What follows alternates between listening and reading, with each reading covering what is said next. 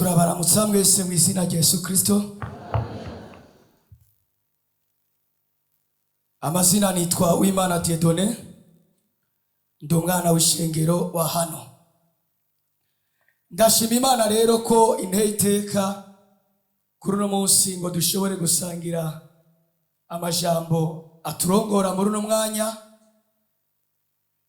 Tumaze kumva ibitari bike kandi Imana imaze kuvugana natwe ibitari bike. Ndashima Imana kuri nondwi y'itariki 18 kwezi kwa mbere mwaka wa 2026. Ndashima Imana uburyo umuntu wese Imana ikomeza kumwiyereka ku giti ciwe.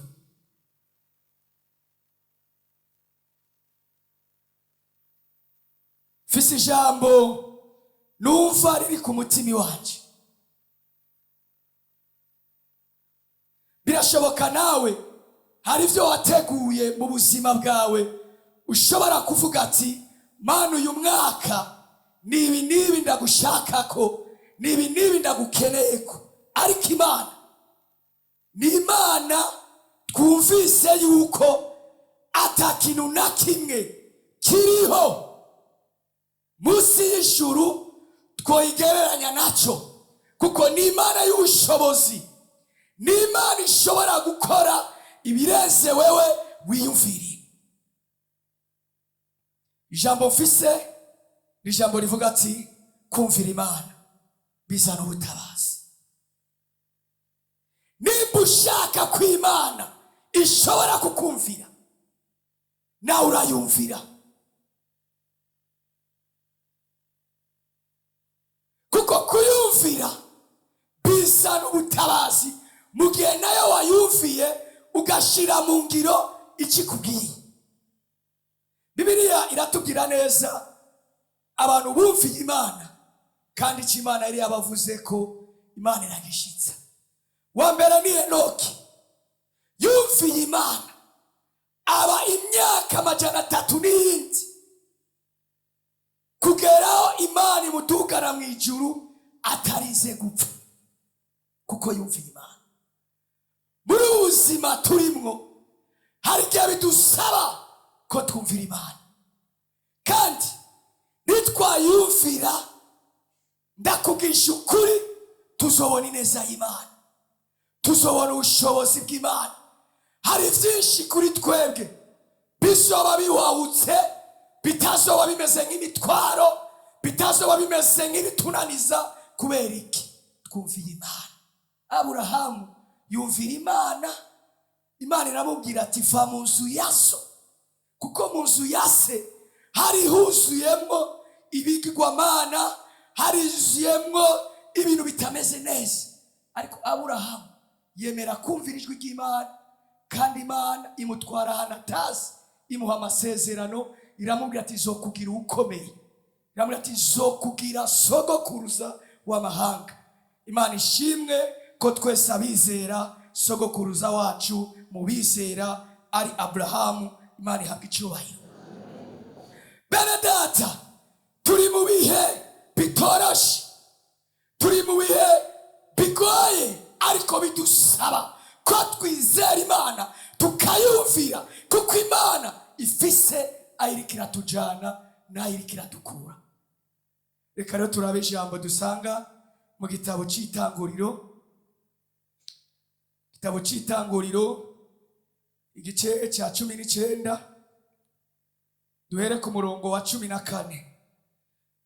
Nuko Loti arasohoka abarira abakwe biwe basavye abakobwa biwe ati vyuka muve aha hantu, kuko Uhoraho agira arandure iki gisagara. Ariko ku bakwe biwe yarameze ngwizagira cyubahiro kiri cy'Imana. Izi nkuru ni inkuru z'umugabo yitwa Loti. Iki gisagara cy'i Sodomu cyari gisagara cyuzuyemwo ububi, ivyaha vy'ubwoko bwose. Kuko igihe Imana yahamagara Loti na Aburahamu. Yabwiye Aburahamu ati tandukana na Loti, nimba ushaka ivyawe ko bigenda neza, tandukana nawe, tandukana nawe. Umwe amaja amajepfo, undi amaja amajyaruguru.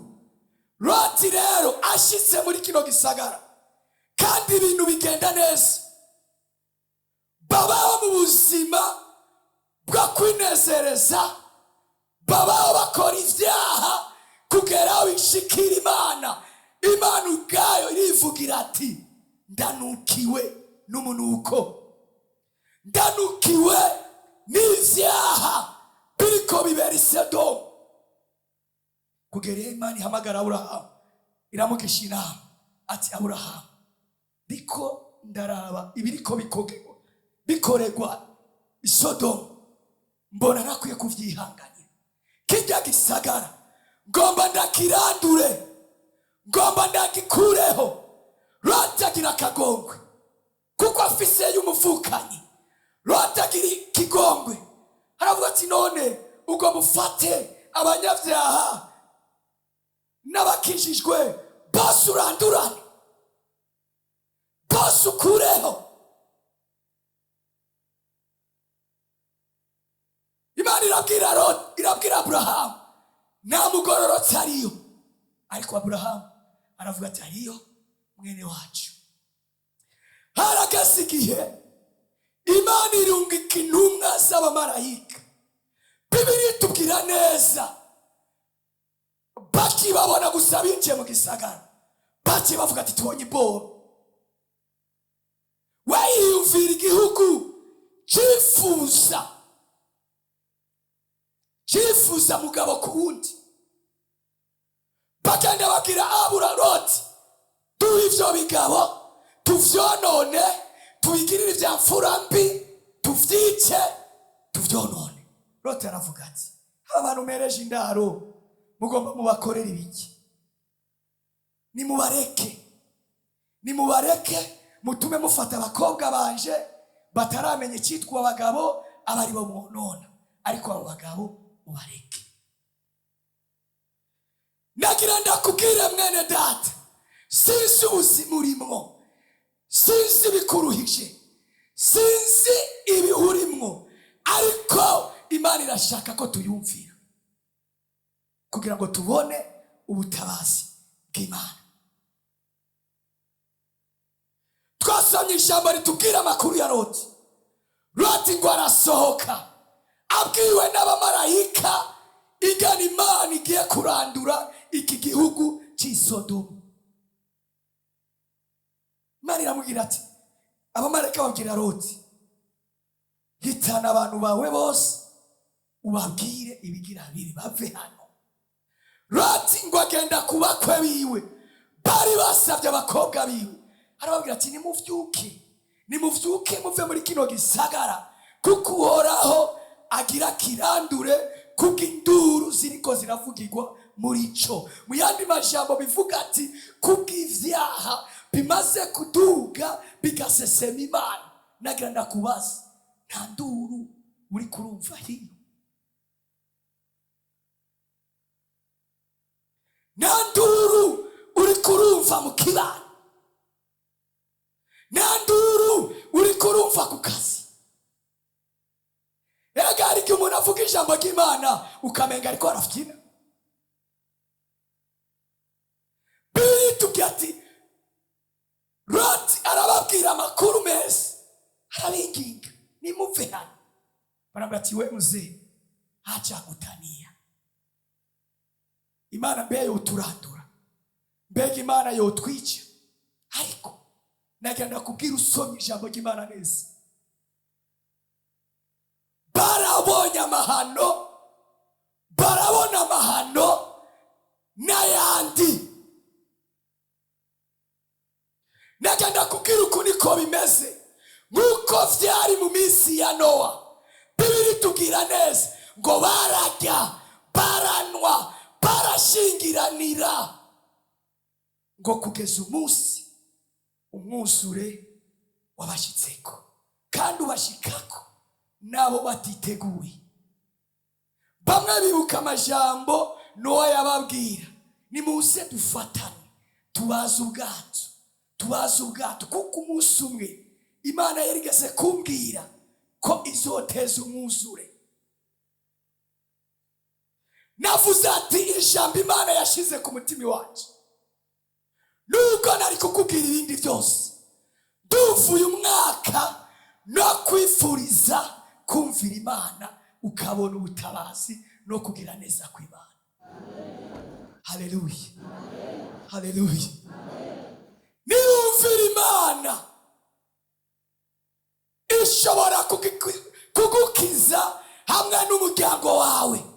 Niwumvira Imana nubwo amagogo ashobora kuza, suko ibigeragezo bidashobora kuza, ariko tubeho ubuzima bwo kumvira Imana. Haleluya, tubeho ubuzima bwo kumvira Imana. Uyu munsi umuntu arashobora kuvuga ubutumwa bwiza, abantu bagatwega, abantu bakishimira.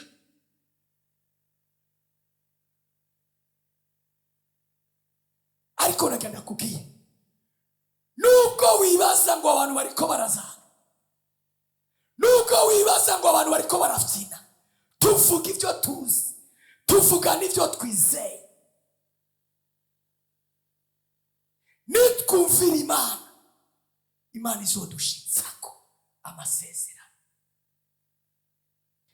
Ushobora kuba uri hano ata amasezerano ufise, kandi nyene kuyatanga yarayashizeho, ikiguzi ni kumwumvira. Mbega ubana gute n'abandi bantu? Mbega uri kuritwara gute mu vyo urimwo? Mbega uri kukorana n'abandi, uri kugendana n'abandi? Hari abantu bagenda n'abantu batazi icyo ari cyo. Imana irashaka ko tuyumvira. Muri uku kuyumvira, yavuga ati cyaha, nawe ugacyaha. Yavuga ati tekana, nawe tekana. Yavuga ati umviriza aba, nawe ukabumviriza. Yavuga ati ngo kora ibi. Rero hari abantu babaye ubuzima bwo gushaka kuba ahantu habonyene. Ariko nagenda kubwira, Imana ishimwe, dufise ibihe byiza mu gihugu cyacu, dufise ibihe byiza mw'ishengero, kandi abarongozi nako badakora kugira ngo jewe nawe batworoheze, haba mu nyigisho, haba mu ivugabutumwa, haba mu mwanya wose.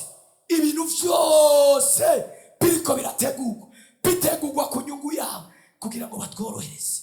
Ariko nakahe kado uri kurakora kugira ngo ushobore kumviriza icyo Imana iba yatekeye muri bo?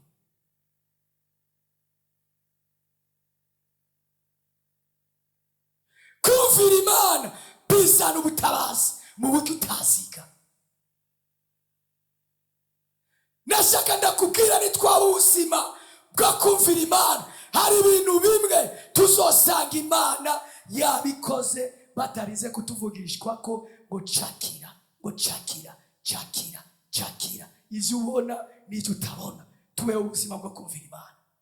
Haleluya, tubeho ubuzima bwo kumvira Imana. Nitwumvira Imana, Imana nishobora kuduhemukira. Imana si umuntu ngo ibeshe.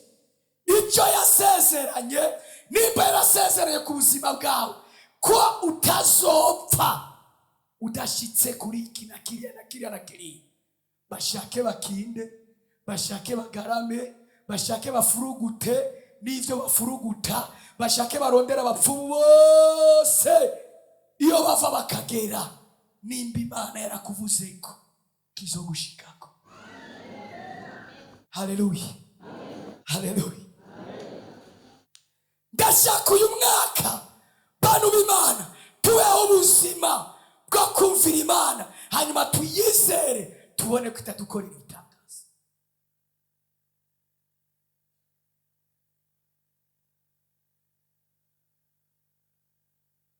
Imana yigeze kubwira abana b'Abisirayeli, usomye mu gusubira mu vyagezwe igice cya 28 uhereye ku murongo wa mbere, irabibwirira amajambo bonyene.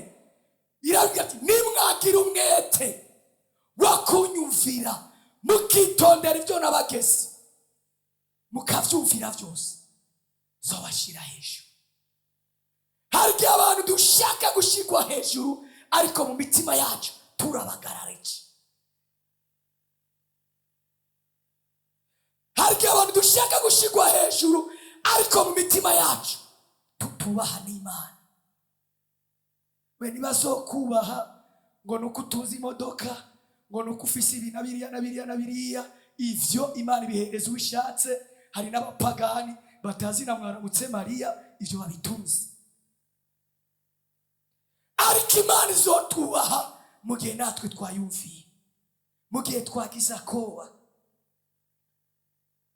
Imana irashaka itubwiye ati taha ijoro, reka amarigara y'ubusa, reka ibipindi bitarimo Imana. Raba abantu muriko muragendana, mbega bariko bagufasha iki? Bariko bakungura iki? N'icyayi ikintu bariko baragufasha. Ndashaka uyu mwaka tugirire Imana icizere, tuyumvire, hanyuma idushitse ku butabazi bwayo.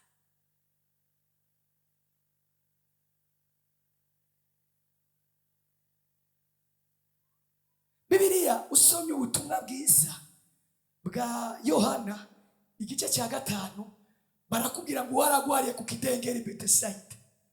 Reka ndakubwira akantu kamfashije muri ayo majambo. Bibiliya itubwira ati ngo iyo ngwara yarayimaranye imyaka 38.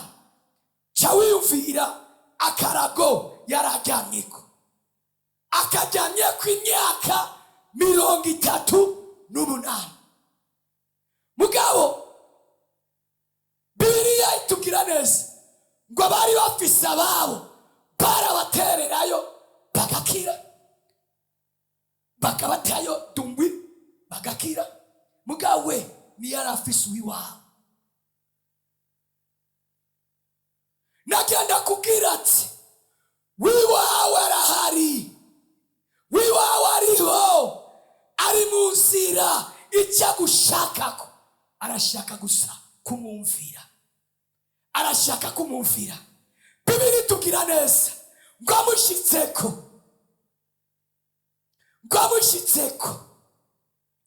ngo amubwira ijambo ryiza, amubwira ijambo rya mbere, urashaka gukira. Nawe avyumva ari kabiri, ego ndabishaka, narabigerageje ariko vyaranze.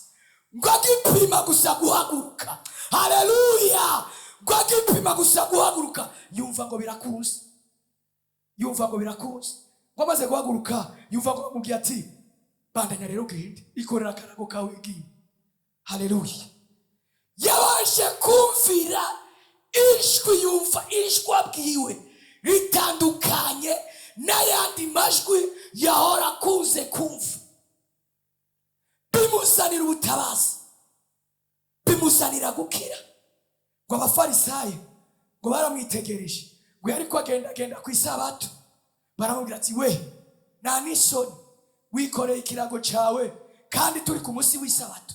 Abati kwikorera ikirago sizo ngorane, oya, ingorane narifise nuko numvise uwambwiye ijambo.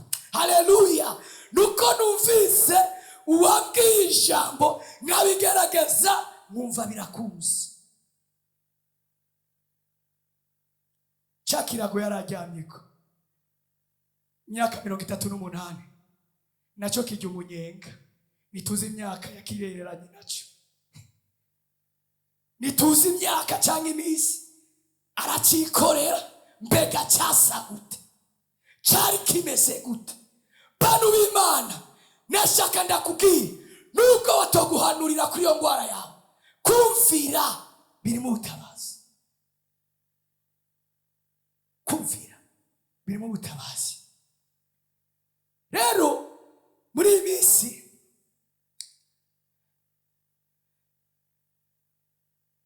hari ivugabutumwa rimwe, novuga ni ivugabutumwa bo bagita special, ngo gukira no kubohoka.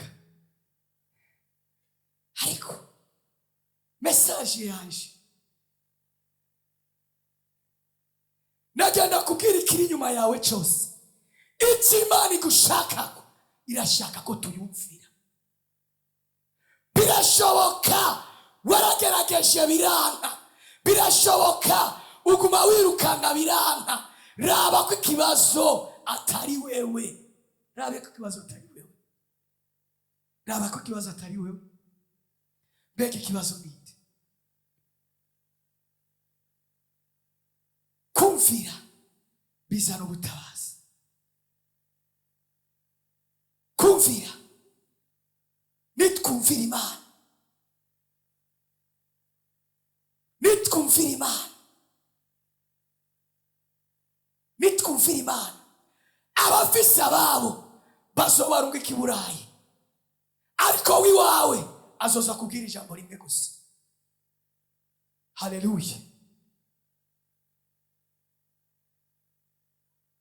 Niki kiro kiraguhagarika umutima?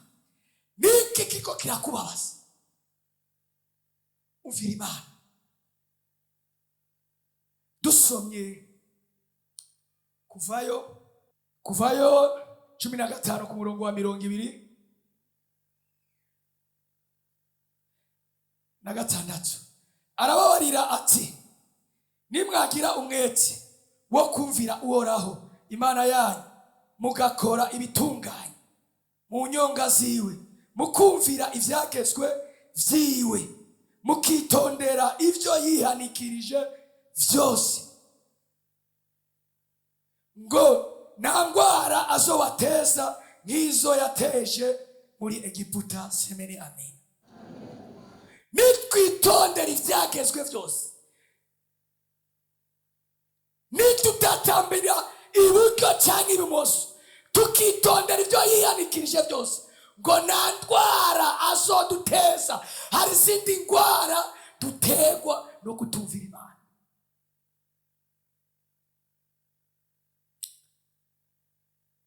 Mumbabarire mvuge kino kintu kuko cyaramfashije. Ndibuka mu mwaka warenganye, dufise ari groupe ndimo tuyita Tujeneza FC. Rero irafise abantu bari hanze, baraturungikiye amahera, tujashika nk'abantu nka 40. Baturungikiye abantu bari hanze, baturungikira 20 miliyo. 20 miliyo cicatuzi hacaboneka abantu 15, naje wagira 16.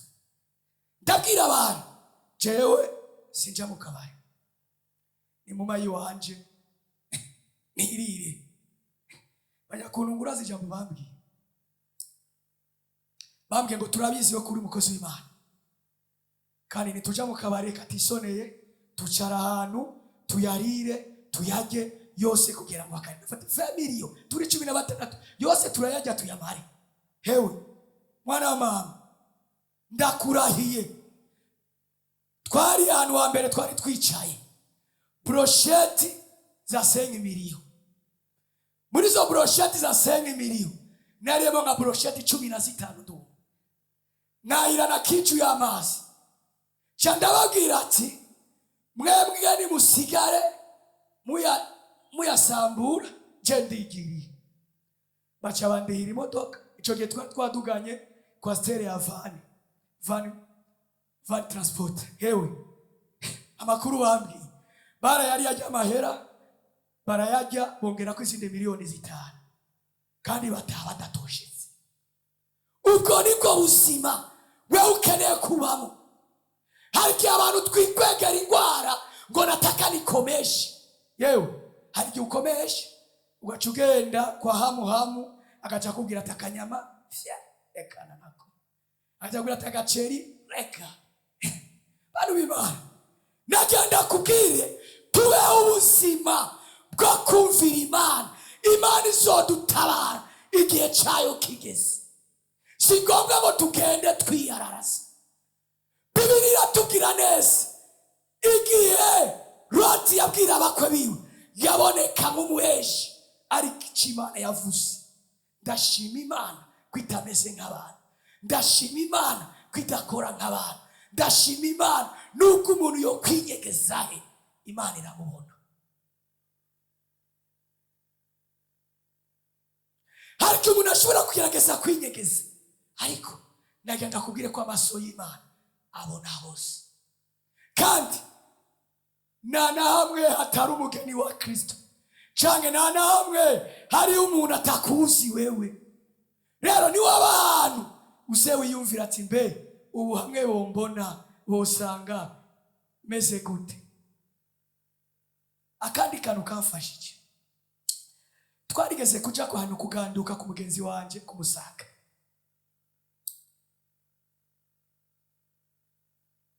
Barabapagani, harimo ibintu byose. Ndafata amazi ndaheza baraza kugira byose cyandata. Haciye iminsi itari mike duhura n'umuntu tuzinanye nga muri taha, yambwiye ijambo rica rirankangura. Aca arambwira ati kumbe nawe kanaka murazinanye. Ndamuti kanaka no muca turazinanye.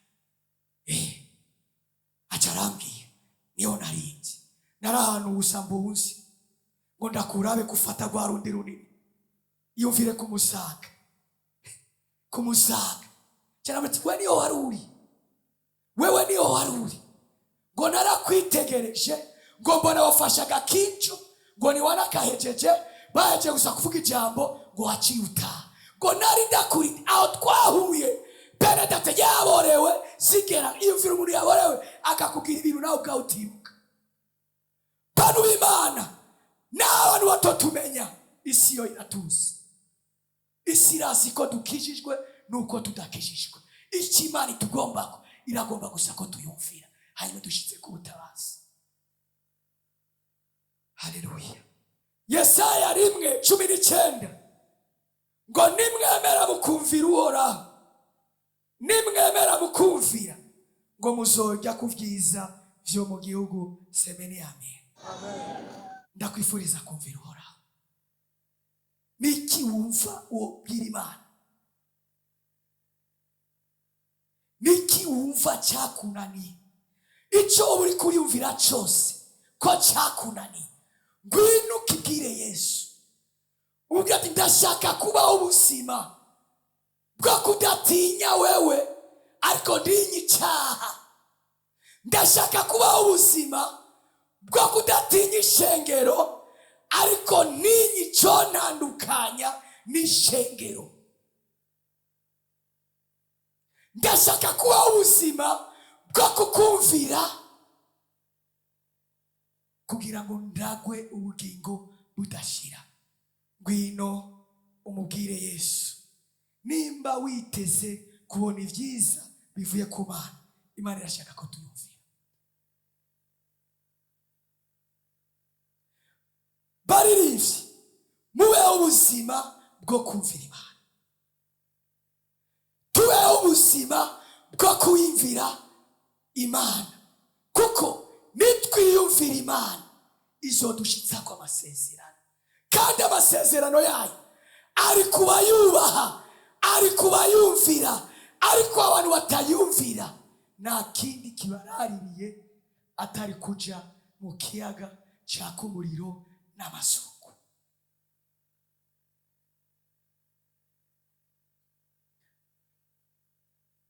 Matayo 10:28 ndashima Yesu niwe yavyivugiye ahagaze ku musaraba. Aravuga ati abarushe n'abaremerewe nibaze kuri jewe ndabaruhure. Kibazo bantu bararushe ariko nibashaka kuza kuri Yesu. Ngwino mubwire ibyawe, ngwino mubwire uwo mutwaro. Rega turarushe bagabo, turarushe, turarushe. Turakeneye ko tumubwira Yesu, turakeneye ko tubibwira Yesu. Ushobora kuba warabwiye abantu nibakubikira ibanga, ngwino umubwire, ngwino umubwire.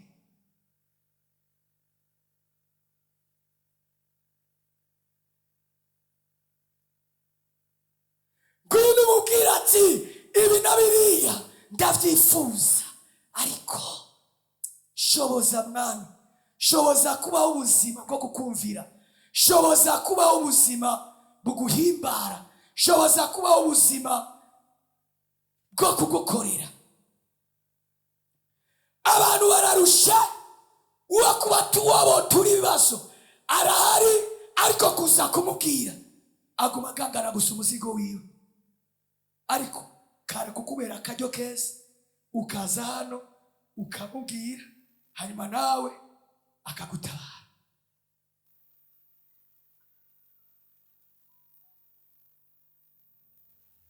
Ushobora kuba uri hano, ubuzima bwawe ni kwinjira usohoka,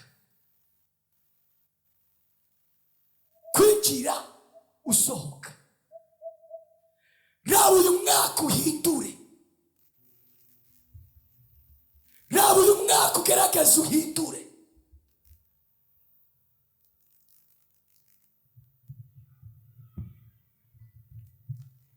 Ngo nitwamwumvira ngo tuzojya ku vyiza vy'igihugu, kandi vyiza birahari. Asangwa Yesu yaravuze ati abarushe n'abaremerewe, iyo abajewe nari kwiyamagarira gusa umuntu uwo nshoboye. Ariko Yesu n'imbabazi ziwe avuga ati mwese nimuze kuri jewe, kuko hari jewe mfise ingati wahutse. Haleluya, haleluya. Gwino mubwire Yesu ibikuruhije umutima, ngo mubwire nawe umenga ngo navyumva, mubwire gusa, mubwire aho vyakugoye, mubwire aho biriko birakunanira. Naco bitwaye umwaka uheze, ushobora kuba warananiwe, ariko uyu mwaka mbwira ati uyu mwaka ni mimi na wewe papa, ni jewe nawe, shaka kuba ubuzima bwo kukumvira.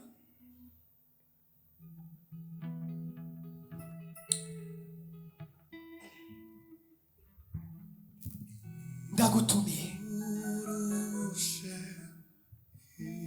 wino witature n'ukurega, ukurega si jewe, ukurega si abarongozi, ukurega ni Imana mushobora byose.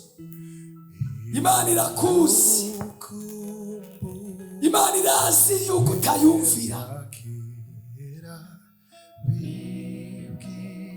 Imana irazi yuko n'ivyayo niyo biriko biravugwa umenga abantu bariko barafyina.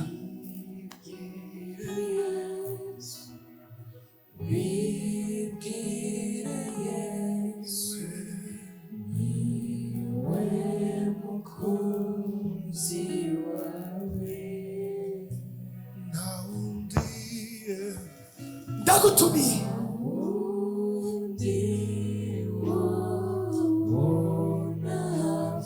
Yesu arakuzi, Yesu arakuzi.